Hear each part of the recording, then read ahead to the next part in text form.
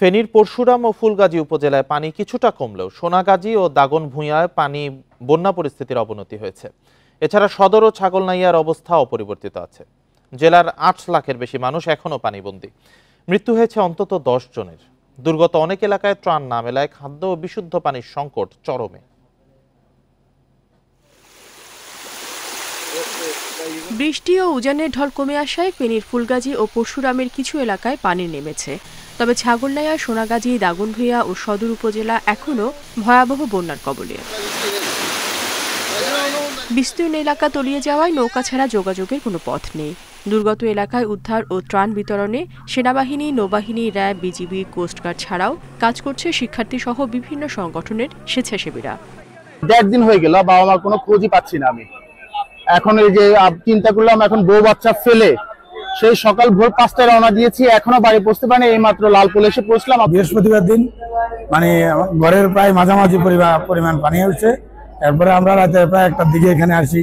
এই টেকনিক্যাল স্কুলে আমরা অবস্থান করি। বন্যা দুর্গত অনেক এলাকায় দেখা দিয়েছে বিশুদ্ধ পানি ও খাদ্য সংকট। আশ্রয় কেন্দ্র, পর্যাপ্ত খাদ্য, শিশু খাদ্য, ওষুধের অভাব। ৪ দিন যাবত এখানে মানুষ শেল্টার নিতেছে। এখানে প্রথম দিন ছিল ৪০০ কন্টিনিউ, এবং আস্তে আস্তে এখন অলমোস্ট ১২০০+ মানুষ এখানে থাকতেছে। ওদের পর্যাপ্ত পরিমাণ খাবার নেই। কাশি, জ্বর এটা নিয়ে আসতেছে। ২-১টা আমরা নিউমোনিয়া পাচ্ছি, আর ডায়রিয়া, এটা ছোট বড় সবারই ডায়রিয়া পাচ্ছি আমরা। এ পর্যন্ত ১.৫ লাখের বেশি মানুষ বিভিন্ন আশ্রয় কেন্দ্রে এসেছেন, জানিয়েছেন জেলা প্রশাসক। বন্যা কবলিতদের মাঝে শুকনো খাবার বিতরণের পাশাপাশি স্থাপন করা হয়েছে ১৪টি মেডিকেল ক্যাম্প। এই জেলার সকল শিক্ষা প্রতিষ্ঠান, পাশাপাশি বিভিন্ন মানুষের দোতলা, তিনতলা বাসভবনগুলো এই আশ্রয় কেন্দ্র হিসেবে আসলে এখন আমরা বিবেচিত করছি। সরকারি বেসরকারি উদ্যোগে আনুমানিক ৬০,০০০ প্যাকেট আমরা শুকনা খাবার বিতরণ করেছি। বন্যার পানি সহজে নামতে ফেনীর মুহুরী নদী রেগুলেটরের ৪০টি গেট ও নোয়াখালীর মুসাপুরের ২৩টি গেট খুলে দেওয়া হয়েছে। Independent news.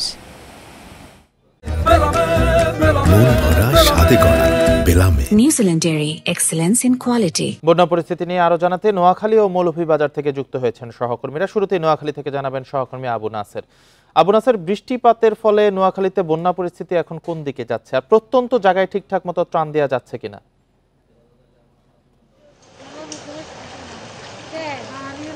নোয়াখালীর বন্যা পরিস্থিতি আসলে ক্রমে অবনতি হচ্ছে, এবং গত দুদিন থেকে, গত রাতে এবং তার আগের রাতে এবং আজকে সকাল থেকে টানা বৃষ্টি হচ্ছে এবং মাঝে মাঝে ভারী বৃষ্টি হচ্ছে। এর ফলে কিন্তু পরিস্থিতি ক্রমে অবনতি হচ্ছে। পানি উন্নয়ন বোর্ড থেকে গতকালে জানানো হয়েছে, গতকাল সকাল 10টা পর্যন্ত 12 মিলিমিটার পানির উচ্চতা বেড়েছে বলে, 12 মিলিমিটার পানি বেড়েছে বলে পানি উন্নয়ন বোর্ড জানিয়েছে। এবং আমরা দেখতেই পাচ্ছি যে এখানে প্রত্যেকটি অলিগলি, পথঘাট, কি গ্রাম কি শহর, সব জায়গাতে আগে যে পরিমাণ পানি ছিল তার চাইতে অনেক বেশি নিমজ্জিত হয়েছে। পরিস্থিতির উন্নতির কোনো লক্ষণই নেই। এই অবস্থাতে বেশ কিছু এলাকাতে যারা পানিবন্দী ছিল, যারা ক্রমেই আশ্রয় কেন্দ্রগুলোতে আশ্রয় নিচ্ছিল, তাদের জন্য এখন আশ্রয় কেন্দ্রে ফিরে আসা অনেক দুরূহ হয়ে পড়েছে। কারণ আমরা গত কয়েকদিন থেকে, টানা 1 সপ্তাহ থেকে আমরা আমাদের বুলেটিনে বলার চেষ্টা করছি যে বেশ কিছু লোক তাদের ঘরের মধ্যে এমনভাবে আটকা পড়েছে যে নৌযান না থাকার কারণে এবং খোঁজ খবর না দেওয়ার কারণে তারা আসলে ওখান থেকে উদ্ধার হয়ে আশ্রয় কেন্দ্রে আসতে পারছে না। যেভাবে পাচ্ছে, কোথাও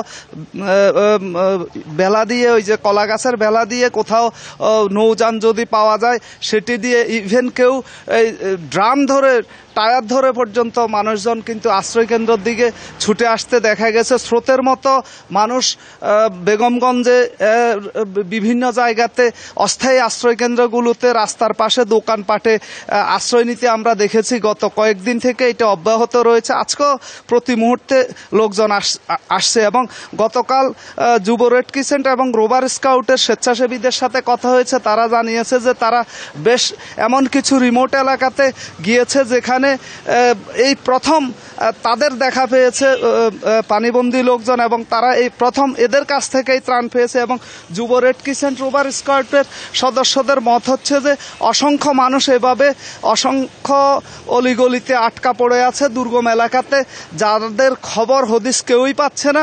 এসব মানুষকে উদ্ধার করে আশ্রয়কেন্দ্রে দ্রুততার সাথে নিয়ে আসা এবং তাদের কাছে ত্রাণ সামগ্রী পৌঁছে দেওয়া, তাদেরকে ঔষধপত্র পৌঁছে দেওয়া খুবই জরুরি হয়ে পড়েছে। তারা চরম মানবেতর জীবনযাপন করছে। জেলা প্রশাসক জানিয়েছেন এই পরিস্থিতিতে কুমিল্লা এবং চাঁদপুর থেকে শতাধিক নৌযান আনা হয়েছে এবং আরও নৌযান আনার চেষ্টা চলছে।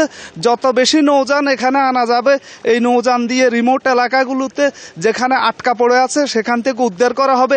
ইতোমধ্যে জেলা প্রশাসন থেকে, উপজেলা প্রশাসন থেকে, যুব রেড ক্রিসেন্ট এবং রোভার স্কাউট থেকে বেশ কিছু কন্ট্রোল রুম খোলা হয়েছে। এসব কন্ট্রোল রুমে প্রতি মুহূর্তে ফোন আসতেছে, পানিবন্দী মানুষ ফোন করছে এবং সেখানে যেখান থেকেই ফোন পাচ্ছে সেখানে এই স্বেচ্ছাসেবীরা নৌযান নিয়ে গিয়ে তাদেরকে উদ্ধার করে নিয়ে আসতেছে এবং কোথাও কোথাও ত্রাণ সামগ্রী পৌঁছে দিচ্ছে।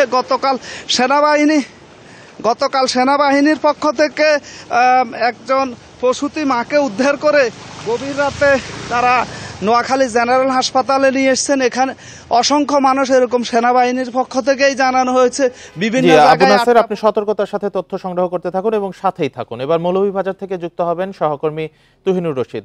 তুহিন, মৌলভীবাজারে বন্যার কতটুকু উন্নতি হলো?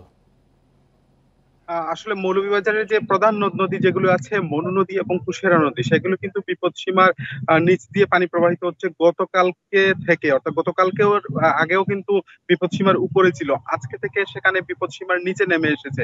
যার ফলে এই যে নদী বিদ্যুৎ যে সব এলাকা, সেই সব এলাকার পানি কিন্তু অনেকটাই নেমে গেছে বলা যায়। কারণ এখানকার যেসব নদী কেন্দ্রিক যে ভাঙ্গন দেখা দিয়েছিল, অর্থাৎ মনু নদী এবং ধলাই নদীতে যে 14টি ভাঙ্গন দেখা দিয়েছিল, এই 14টি ভাঙ্গন দিয়ে কিন্তু পানি প্রবল বেগে প্রবেশ করেছিল লোকালয়ে, সেগুলি থেকে কিন্তু পানি অনেকটাই নেমে গেছে। অর্থাৎ এই এলাকার বন্যা পরিস্থিতি কিন্তু অনেকটাই স্বাভাবিক হয়েছে।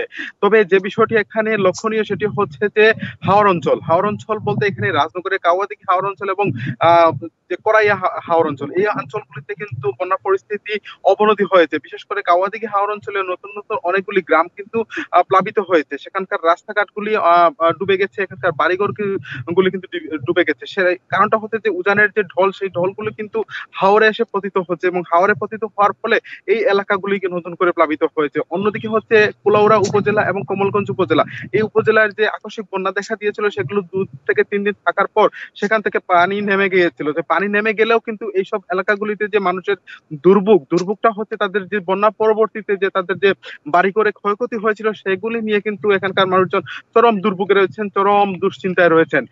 অন্যদিকে হচ্ছে গতকালকে থেকে যেহেতু পানি কম ছিল এসব এলাকায়, তবে এখানে বৃষ্টিপাতও কিন্তু গতকালকে থেকে আবারও আমরা লক্ষ্য করেছি। বিকেল থেকে হালকা থেকে মাঝারি বৃষ্টিপাত হয়েছে।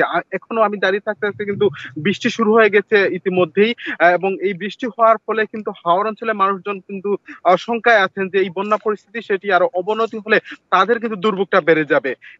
এই অবস্থার মধ্যে আসলে মৌলভীবাজারের প্রত্যেকটা বন্যা কবলিত এলাকার মানুষজন বিরাজ করছেন এবং সব মিলিয়ে এই মুহূর্তে একদিকে বন্যা পরিস্থিতির উন্নতি হয়েছে, অন্যদিকে কিন্তু অবনতি হয়েছে আমরা বলতে পারি। নোয়াখালী ও মৌলভীবাজার থেকে বন্যার সবশেষ পরিস্থিতি জানাচ্ছিলেন আমাদের সহকর্মীরা।